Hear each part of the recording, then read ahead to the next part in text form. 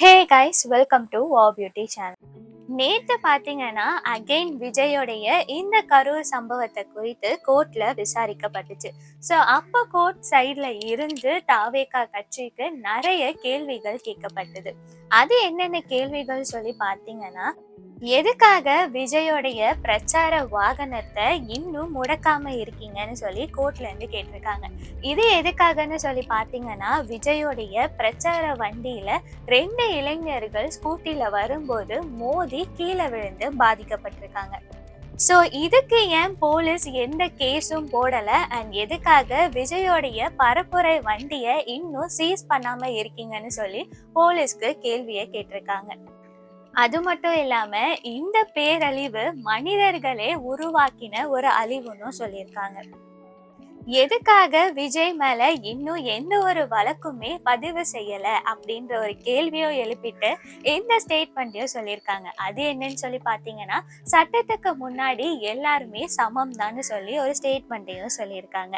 And அதுக்கப்புறம் என்னன்னு சொல்லி பாத்தீங்கன்னா, கரூர்ல உயிரிழந்த பிறகு கட்சியுடைய தலைவர் விஜய் அண்ட் அதுக்கப்புறம் நிர்வாகிகள் யாருமே அந்த இடத்துல ஏன் இல்ல, எல்லாருமே எதுக்கு அந்த இடத்த விட்டு போயிட்டீங்க அப்படின்ற கேள்வியும் கேட்டிருக்காங்க. டிவிகே கட்சியை சார்ந்த நிர்வாகிகள் கொஞ்சம் பேரு தலைமறைவாயும் ஆகியிருந்தாங்க. ஸோ அது எதுக்காக தலைமறைவா இருந்தீங்கன்னு சொல்லி கேள்வியும் எழுப்பியிருக்காங்க. உங்களை பார்க்க வந்த ரசிகர்களுக்கு அடிபட்டு ஹாஸ்பிட்டல்ல இருக்கும்போது மற்ற கட்சிகள்லாம் வந்து ஹெல்ப் பண்ணும்போது உங்க கட்சி எங்க போயிருந்துச்சுன்னு கேட்டிருக்காங்க. தப்பு செய்யாத நீங்க எதுக்காக தலைமறைவா இத்தனை நாளா இருக்கணும்னு கேட்டிருக்காங்க. இந்த கட்சிக்கு சரியான தலைமை பண்பு இல்ல அப்படின்ற ஒரு வேர்டையும் யூஸ் பண்ணி இருக்காங்க கோர்ட் சைட்ல இருந்து. விஜய் அந்த இடத்துல இருந்திருந்தால் கூட்ட நெரிசல் இன்னும் அதிகமாயிருக்கும். சரி, 2ஆம் கட்ட தலைவர்கள் எதுக்காக தலைமறைவா ஆகணும்? அங்க இருக்கிற மக்களுக்கு ஆதரவா இருக்கணும் அப்படின்ற ஒரு பண்பு கூட உங்ககிட்ட இல்லையா அப்படின்னு சொல்லி நிறைய கொஸ்டின்ஸை கேட்டிருக்காங்க. அண்ட் டிவிகே சைட்ல இருந்து என்ன சொல்லியிருக்காங்கன்னு சொல்லி பார்த்தீங்கன்னா, பிரச்சாரத்துக்கு விஜய் லேட்டா வந்ததே ஒரு ப்ரீ பிளான்டான ஒரு விஷயம் அப்படின்ற மாதிரி பேசியிருக்காங்க. ஸோ அதுக்கு டிவிகே சைட்ல இருந்து என்ன சொல்லியிருக்காங்கன்னு சொல்லி பார்த்தீங்கன்னா, தாமதமா வந்தது ஒரு குற்றமா, அதனால நாங்க தான் கொலையாளின்னு சொல்லி நீங்க சொல்லுவீங்களா அப்படின்னு சொல்லி கேட்டிருக்காங்க. அண்ட் டிவிகே மேல போட்ட கேஸ்ல பாத்தீங்கன்னா, கொலை செய்ய நோக்கம் இருந்தாதான் அந்த கேஸ் எல்லாம் நீங்க போடணும். கொலை செய்யற நோக்கமே இல்லாத எங்க மேல எதுக்காக இந்த கேஸ் எல்லாம் சொல்லி போட்டிருக்கீங்கன்னு சொல்லி டிவிகே சைட்ல இருந்து கோர்ட்டுக்கு கேட்டிருக்காங்க.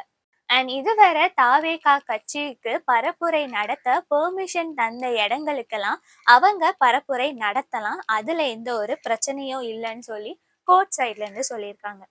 ஆனா இதுவரை பெர்மிஷன் கொடுக்காத இடங்களுக்கெல்லாம் நடத்தணும்னா அதுக்கு தனியா வழிமுறைகள்லாம் போட்டதுக்கு அப்புறம் தான் பரப்புரை நடத்தணும்னு சொல்லியிருக்காங்க. ஸோ ஃபைனலா கோர்ட் சைட்ல இருந்து கேட்குற கேள்வி என்னன்னு சொல்லி பார்த்தீங்கன்னா, எதுக்காக டிவிகே கட்சியினர் தலைமறைவா ஆகணும் அப்படின்றதையும் கேட்டிருக்காங்க. அண்ட் எதுக்காக பரப்புரைக்கு லேட்டா வந்தீங்க, இந்த 2 கொஸ்டினை தான் நீதிமன்றம் சைட்ல இருந்து கொடுத்திருக்காங்க. அண்ட் டிவிகே சைட்ல இருந்து என்ன சொல்லியிருக்காங்கன்னு சொல்லி பார்த்தீங்கன்னா, நாங்க லேட்டா வந்ததுனால நாங்க தான் இத திட்டமிட்டு பண்ணியிருக்கோம்னு சொல்லி ஒரு ப்ரெடிக்ஷன் பண்ணிக்காதீங்க அப்படின்னு சொல்லியும் சொல்லியிருக்காங்க. அண்ட் நாங்க இத திட்டமிட்டு பண்ணல. இத செய்யறதுக்கான அவசியமும் எங்களுக்கு இல்ல. எங்கள பார்க்க வந்த தொண்டர்கள நாங்க அப்படி பண்ணவும் மாட்டோம்னு சொல்லியிருக்காங்க. அண்ட் மறக்காம நம்ம வாவ் பியூட்டி சேனலுக்கு சப்ஸ்கிரைப் பண்ணிக்கோங்க. தேங்க்ஸ் ஃபார் வாட்சிங்.